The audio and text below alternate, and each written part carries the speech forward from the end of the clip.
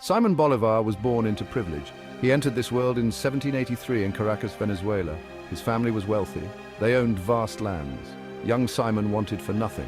He grew up in a world of luxury and comfort, surrounded by opulent belongings and the finest things money could buy.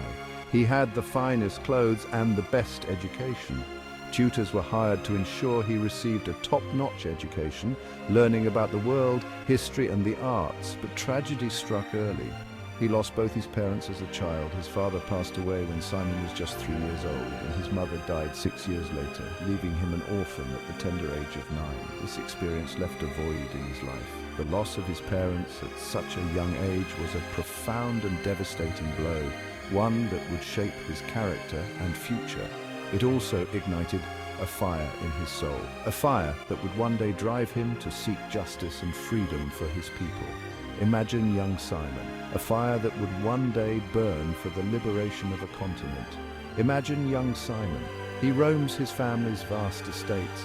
These lands were not just places of beauty and wealth, but also places where he began to understand the complexities of the world around him. He sees the inequalities of colonial life. The stark contrast between his life of privilege and the lives of those who worked the land was impossible to ignore. He witnesses the plight of the indigenous people. Their suffering and the harsh conditions they endured left a lasting impression on him. He observes the injustices faced by slaves. The brutal reality of slavery, the inhumane treatment, and the lack of freedom were all too evident. These experiences stay with him. They shape his worldview. The injustices he witnessed as a child planted the seeds of discontent in his heart, and they plant the seeds of discontent. These seeds would grow into a burning desire for change, a desire that would one day lead him to become a key figure in the fight for independence and justice in Latin America. Bolívar's education took him to Europe.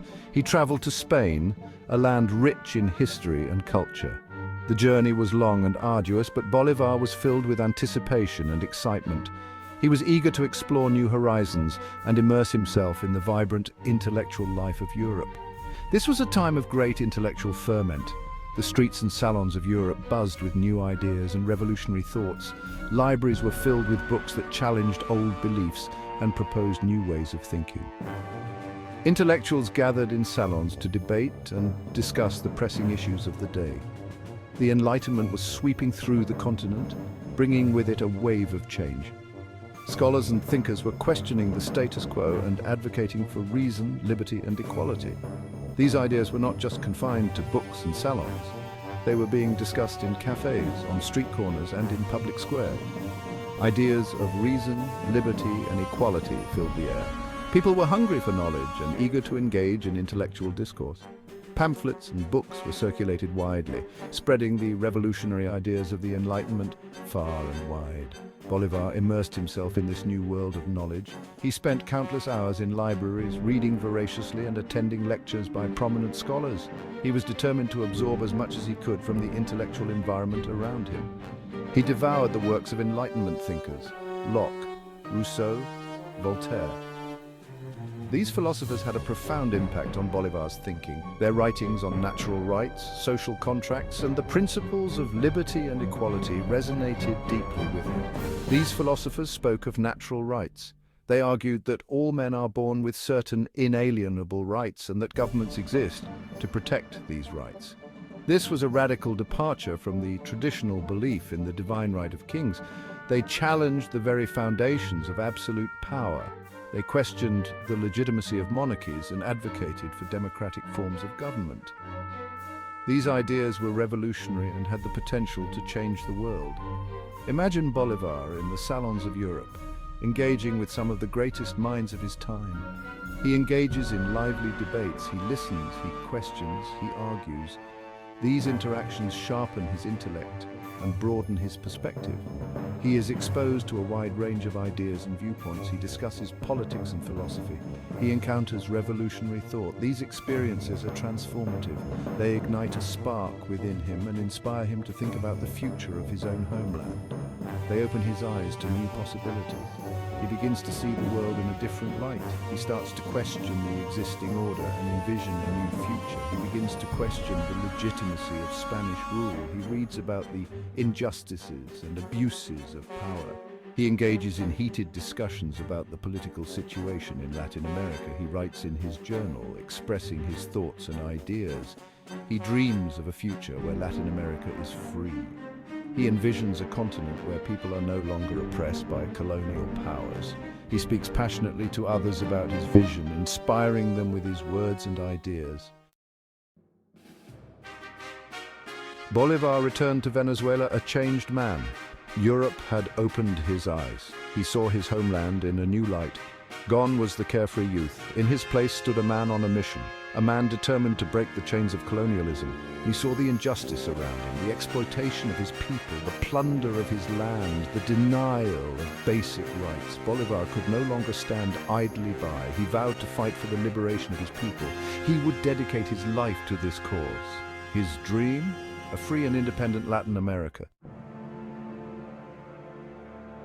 The year 1808 marked a turning point. Napoleon's forces invaded Spain. The Spanish monarchy crumbled. This threw the colonies into disarray. It also created an opportunity for liberation. Bolívar seized the moment. He joined the growing movement for independence. He rallied his countrymen. He gave fiery speeches. He urged them to rise up against their oppressors. The time for words was over. The time for action had arrived. Bolívar, the once privileged youth, had become a revolutionary leader. Section 5, Trials of Liberation, Victories and Setbacks on the Road to Freedom. The path to independence was long and arduous. Bolívar and his comrades faced many challenges. They confronted Spanish forces. They battled internal divisions. They endured hardship and defeat, but their resolve never wavered. They knew what was at stake.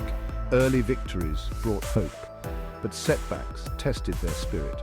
Bolívar learned from each battle. He adapted his strategies. He inspired his troops. He never lost faith in their cause. He knew that freedom was not a gift. It had to be earned through blood, sweat, and sacrifice. Section 6. Triumph over the Andes. A defining moment in the fight for independence. One military campaign stands out, the crossing of the Andes Mountains. In 1819, Bolívar led his army on a daring expedition. They braved treacherous terrain. They endured extreme weather. They crossed icy peaks and raging rivers. Their goal? To liberate New Granada, present-day Colombia. The crossing was a testament to Bolívar's leadership. It showcased the courage and resilience of his troops. The campaign culminated in the decisive Battle of Boyacá. This victory liberated New Granada.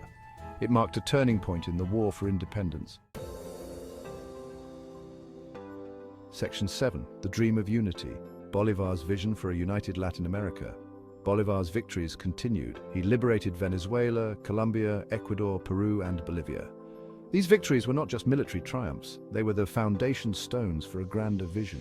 Bolívar saw these liberated nations as the first pieces of a larger puzzle. He became known as the Liberator, a title that resonated deeply with the people. His charisma and leadership inspired countless individuals to join his cause. But his ambitions extended beyond military conquest. Bolívar was not content with merely freeing individual countries. He envisioned a united Latin America, a single entity that could stand strong against any external threats. This vision was revolutionary, aiming to create a sense of solidarity and mutual support among the newly independent states. A continent free from colonial rule, where people could govern themselves and determine their own destiny. Bolívar's dream was to see a Latin America that was not just politically independent, but also economically and culturally self-sufficient. A continent united by common bonds of language, culture, and history. He believed that these shared elements could serve as the glue to bind the nations together, culture and history. Bolívar understood that unity was not just a political necessity, but also a cultural imperative. He saw the rich tapestry of Latin American traditions as a strength, not a weakness. He believed that unity was essential. Without it, the newly independent nations would be vulnerable to external manipulation and internal strife. It was the only way to ensure true independence. Bolívar tirelessly worked to bring this vision to life, understanding that fragmented states would struggle to maintain their sovereignty. It was the key to resisting foreign powers. He knew that a united front was the best defense against the ambitions of European colonial powers, who would not easily relinquish their hold on the continent. It was the path to progress and prosperity. Bolivar believed that a united Latin America could achieve economic growth and social development, lifting its people out of poverty and into a brighter future. Bolivar worked tirelessly to make his vision a reality. He convened congresses, bringing together leaders from different regions to discuss and plan the future. He drafted constitutions, laying down the legal frameworks for governance. He sought to forge a lasting union. Bolivar's dream was ambitious, but it was rooted in a deep understanding of the challenges and opportunities that lay ahead. His vision for a united Latin America remains a powerful testament to his legacy.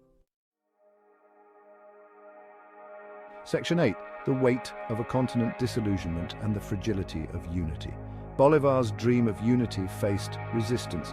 Internal divisions plagued the newly independent nations. Regional rivalries resurfaced. Political factions clashed. The weight of his responsibilities took a toll. He faced criticism and opposition. He witnessed the fragility of the unity he so desperately sought. Despite his efforts, his dream of a united Gran Colombia began to crumble. Venezuela and Ecuador seceded. His health deteriorated. He grew disillusioned. The liberator who had united a continent now faced the specter of its fragmentation. Section 9. The legacy of a liberator. Bolivar's unwavering pursuit of freedom. Simón Bolívar died in 1830. He was only 47 years old. He died a broken man. His dream of a united Latin America remained unfulfilled, but his legacy lived on. He had liberated a continent. He had ignited the flame of freedom. He had inspired generations to come. Bolivar's story is a testament to the power of ideas. It shows what one person can achieve with unwavering determination. He dared to dream of a better world. He fought for that dream, and in doing so, he changed the course of history. Section 10. An enduring inspiration. Bolivar's impact on Latin America and the world. Today, Bolivar's name resonates throughout Latin America. He is revered as a hero. He is celebrated as a visionary. His life and legacy continue to inspire. His words echo through the halls of government.